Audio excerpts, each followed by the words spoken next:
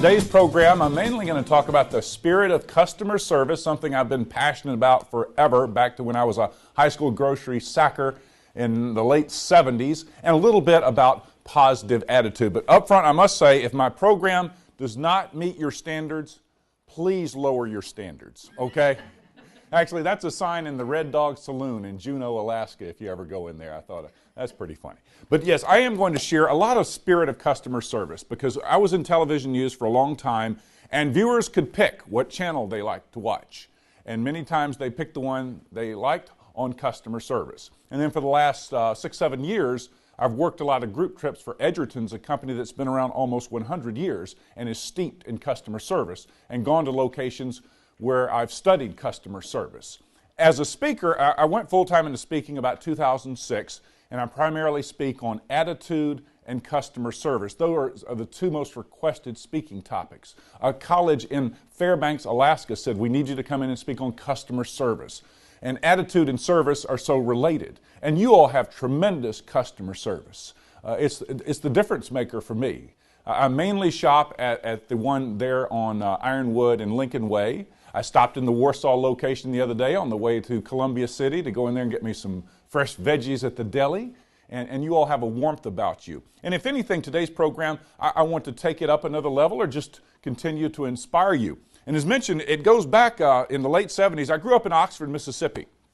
And my very first job was sacking groceries at Jitney Jungle. That's the name of the grocery store, Jitney Jungle. I don't think there's any more of those. And my boss was Mr. Paul James.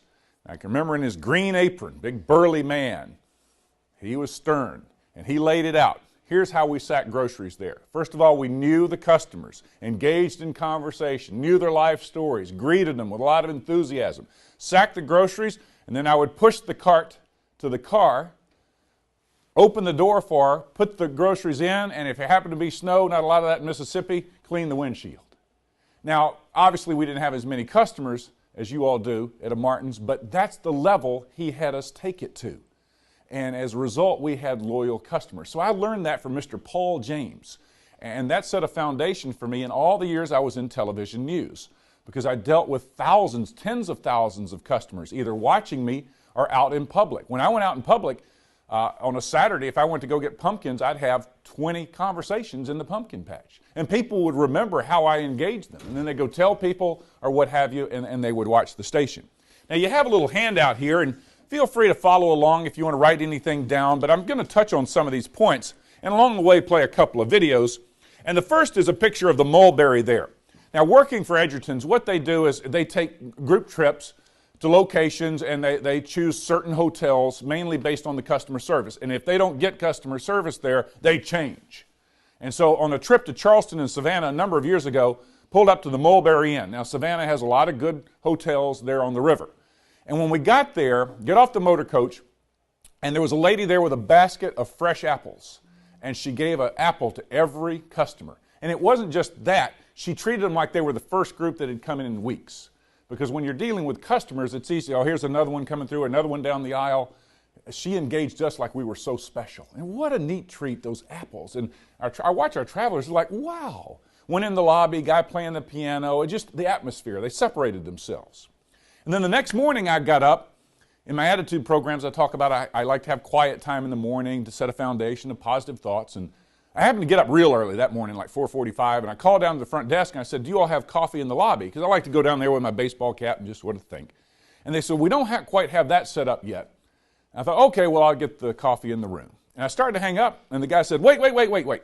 We just got us a fresh pot here in the office. We're going to bring it to you. I'm like, what? So I hung up. Now, my hair is like a squirrel. I think I have sweatpants on or whatever. I'm trying to get presentable, and all of a sudden I hear, and I opened the door, and they figured that I wouldn't be dressed right, and I see a forearm and a fresh pot of coffee. Wow, how about that? And I thanked him, and I called Tom Edgerton. I said, you got to take every group to the Mulberry. And to this day, they only go to the Mulberry because of their customer service and everything. And I've seen them one time on a trip to Memphis on Beale Street, took the group to a place to eat. They had unseasonably warm weather. And so as a result, more people were out on Beale Street, and the restaurant was swamped. But it took them 45 minutes to get the appetizers to the group. And they've never gone back since. And the real grief with them was they didn't explain, hey, we're swamped. Can you just bear with us? They just snubbed the group. As a result, they give their business to someone else.